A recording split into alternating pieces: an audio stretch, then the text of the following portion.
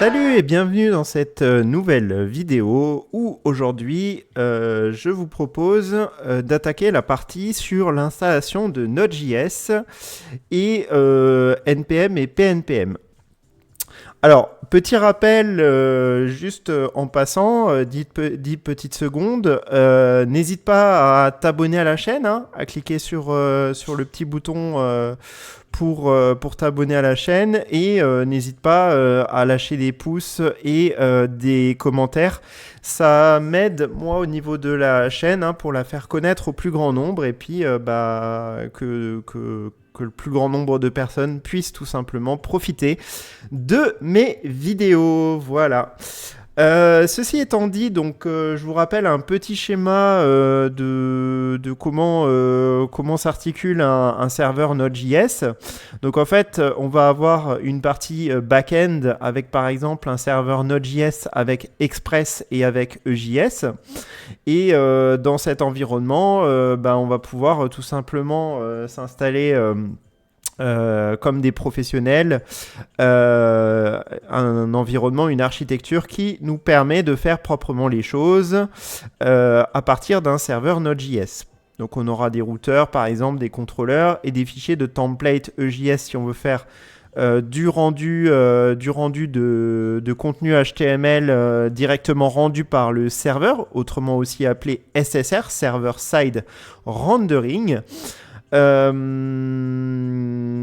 on pourra aussi se servir de Node.js par exemple pour faire des petites API qui nous renverront du contenu JSON qui pourra ensuite être récupéré par exemple par un projet front-end en React, en Vue et même potentiellement aussi avec des frameworks tels que par exemple React Native pour faire des applications mobiles.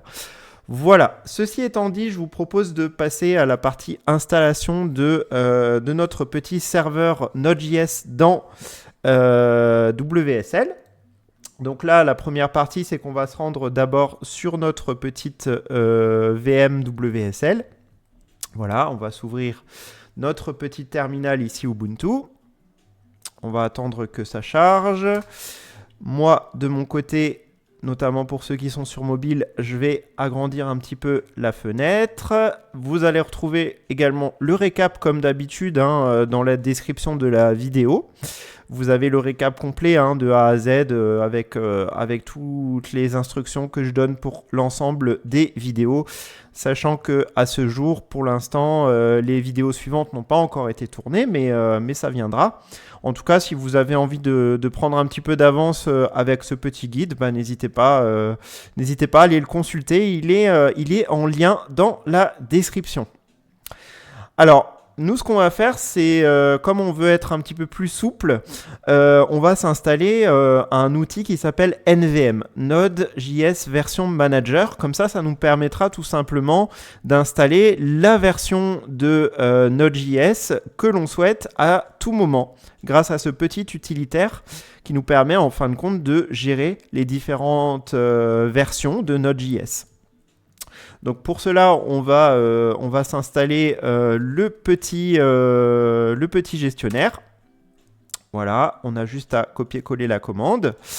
À partir de ce moment-là, donc soit vous, comme c'est écrit ici au-dessus, soit on quitte complètement le terminal et on le relance une nouvelle fois. Donc on quitte ici la fenêtre et puis on relance l'application.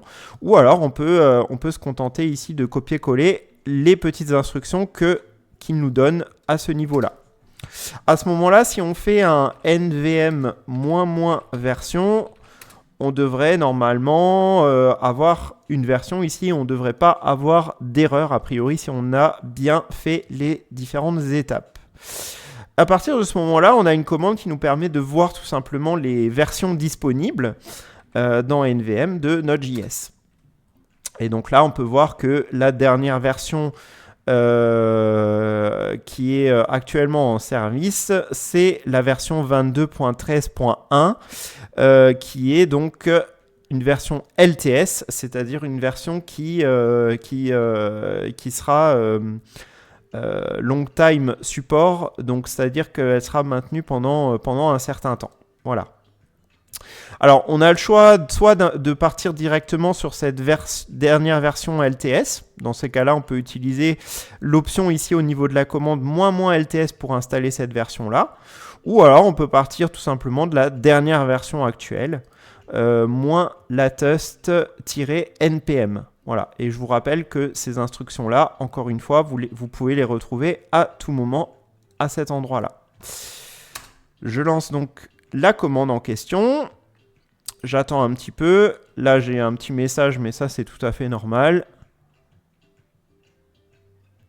Voilà. Et à partir du moment où tout est installé, on va pouvoir checker qu'on a bien Node et qu'on a bien npm d'installer. Donc, si là, je fais Node -- version, voilà, je suis bien en... Donc là, je suis en 23.7, donc la toute dernière version, parce que moi, j'ai choisi d'installer la toute dernière version. Et si je fais npm -- version, bah dans ces cas-là, je vois que j'ai également la dernière version de npm.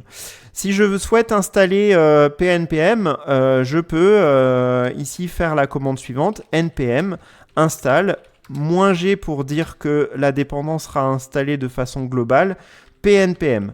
PNPM, c'est quoi la différence avec NPM? C'est qu'en fin de compte, PNPM, c'est un gestionnaire de package, donc il va pouvoir télécharger des dépendances de Node.js sur le site, sur le dépôt, le registry principal de Node.js. Et je crois que c'est... normalement, c'est npmjs.org le site, si je ne me trompe pas. Voilà. Ça, c'est en fait l'équivalent du Play Store sur lequel vous allez pouvoir télécharger toutes vos dépendances, par exemple Express. Donc là, on peut aller consulter directement sur le site ici les différentes dépendances. Voilà, et on a accès à un certain nombre d'informations, une petite documentation pour nous expliquer comment ça marche, ici le repo GitHub, le nombre de fois que c'est téléchargé, etc., etc. Et en fin de compte, npm et pnpm sont des utilitaires qu'on utilise en ligne de commande qui nous permettent d'aller télécharger depuis notre distribution Linux les différentes dépendances sur ce registry. Voilà. Donc ici, je peux lancer la commande npm install -g pnpm et à partir de ce moment-là, je vais pouvoir choisir d'installer toutes mes dépendances soit avec npm, soit avec pnpm. Il y en a un troisième également qui existe, qui est Yarn, mais je ne sais pas à l'état actuel des choses si cet utilitaire est encore maintenu ou pas.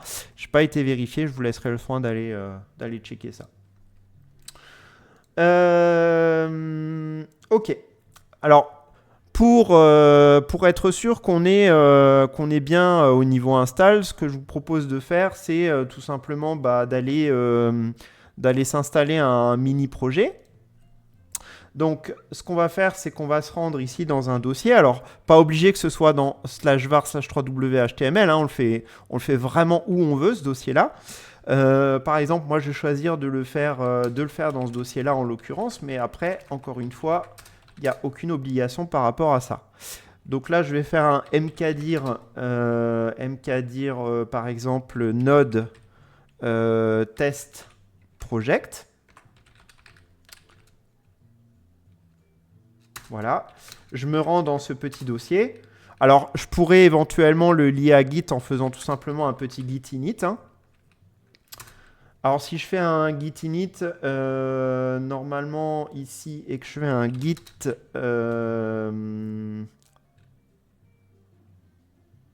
status, voilà, a priori c'est bon, voilà, j'ai mon petit repo git. On pourra voir éventuellement un peu plus tard pour installer quelque chose de plus graphique au niveau du terminal. N'hésitez pas à me dire dans les commentaires si ça vous intéresse qu'on s'installe éventuellement un autre shell, histoire que je vous montre également comment on peut avoir quelque chose de plus graphique, de plus stylé en ligne de commande. Je trouve ça relativement intéressant et puis bon, ça mange pas de pain, ça vous permettra par exemple exemple, de savoir à tout moment sur quelle branche vous êtes au niveau de votre dépôt Git et également d'avoir quelque chose de graphique où on vous mettra différentes couleurs, par exemple, pour dire attention, là, il y a des fichiers qui ont été modifiés dans ce dépôt. Alors, si ça vous intéresse, cette partie-là, bah, n'hésitez pas à me le faire savoir en commentaire. Comme ça, je verrai si je tourne la vidéo. Ce que je vais faire ici, c'est que je vais initialiser mon projet en faisant un petit pnpm init. Voilà, donc là, on va donc du coup faire un petit fichier package.json relativement basique. Ensuite, j'utilise mon éditeur de code VS Code pour pouvoir éditer ce dossier-là. Voilà, en faisant code espace point.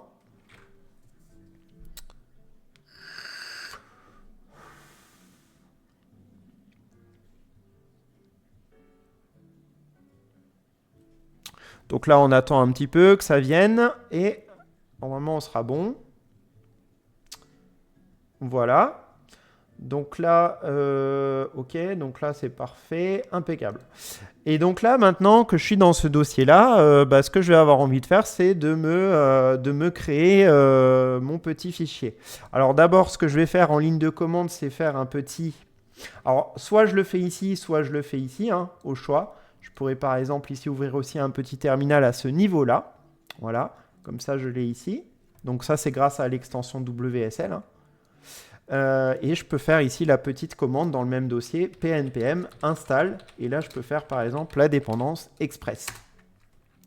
On attend que ça installe. À noter que pnpm est comme relativement beaucoup plus rapide que npm. Ce qui est tout à fait normal, hein, parce que sous le capot, de la façon dont ça fonctionne, c'est beaucoup plus mieux. Non, en vrai, c'est plus rapide parce que ça parallélise beaucoup plus les opérations et quand on a des grosses dépendances, pnpm a tendance à être beaucoup plus rapide que npm. C'est normal, c'est dû au fonctionnement tout simplement et de la façon dont ça a été dev. Donc là, je vais me créer un petit fichier index.js si je travaille en JavaScript. Je pourrais créer aussi un .ts hein, si je travaille en TypeScript, peu importe, à ce niveau-là. Ensuite, donc là, je vais importer dans mon projet Express from Express. Alors, à noter que pour pouvoir travailler avec les imports et non pas les require, il y a un petit truc à indiquer au niveau de notre fichier package.json. Ici, il faut simplement que j'aille indiquer à ce niveau-là, ici, type, voilà, 2 points. Et là, je vais mettre module. Voilà. Et j'oublie pas également de rajouter mon petit script ici, start, qui me permettra d'avoir la commande npm run start, qui me permettra d'expliquer comment est-ce que je veux lancer les choses. Donc là, ici, je vais indiquer que mon fichier principal que je veux lancer, c'est le fichier index.js. Donc là, on voit la dépendance ici, on voit le dossier node module avec la dépendance qui a été téléchargée par l'utilitaire pnpm. Et donc là, maintenant, je vais remplir mon petit fichier index. Et je vais par exemple faire un petit const app égale express. Voilà, pour déclarer donc que je travaille avec Express. Et là, à partir de là, hop, je vais pouvoir faire mes premières petites routes, par exemple slash. Et qui recevra donc une fonction, un callback, qui recevra donc une requête, des informations de requête et de réponse du protocole HTTP. Et là, à ce niveau-là, je ferai un res.send, par exemple, et là, je mettrai bienvenue sur mon application Node.js. Point virgule, même si je ne suis pas obligé forcément de le faire, hein. C'est par habitude. Et ensuite, il ne nous reste plus qu'à lancer notre petit serveur sur le port 3000.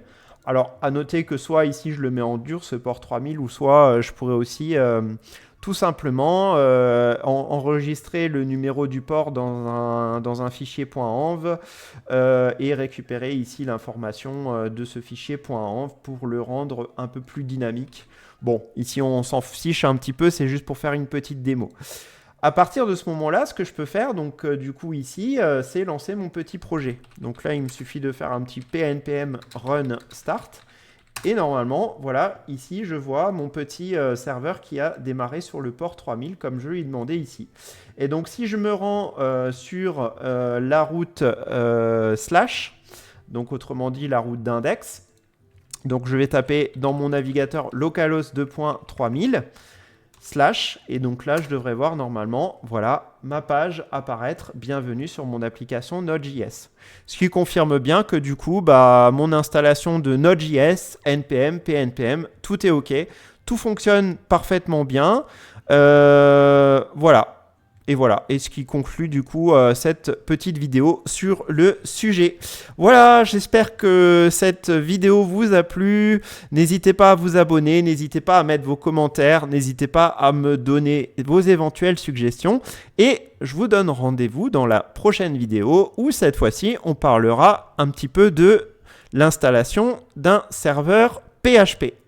Voilà, je vous remercie d'avoir visionné cette vidéo. Faites-en bon usage, partagez-la au plus grand nombre pour que elle serve à beaucoup de gens. Et je vous donne rendez-vous dans une prochaine vidéo. Ciao, ciao!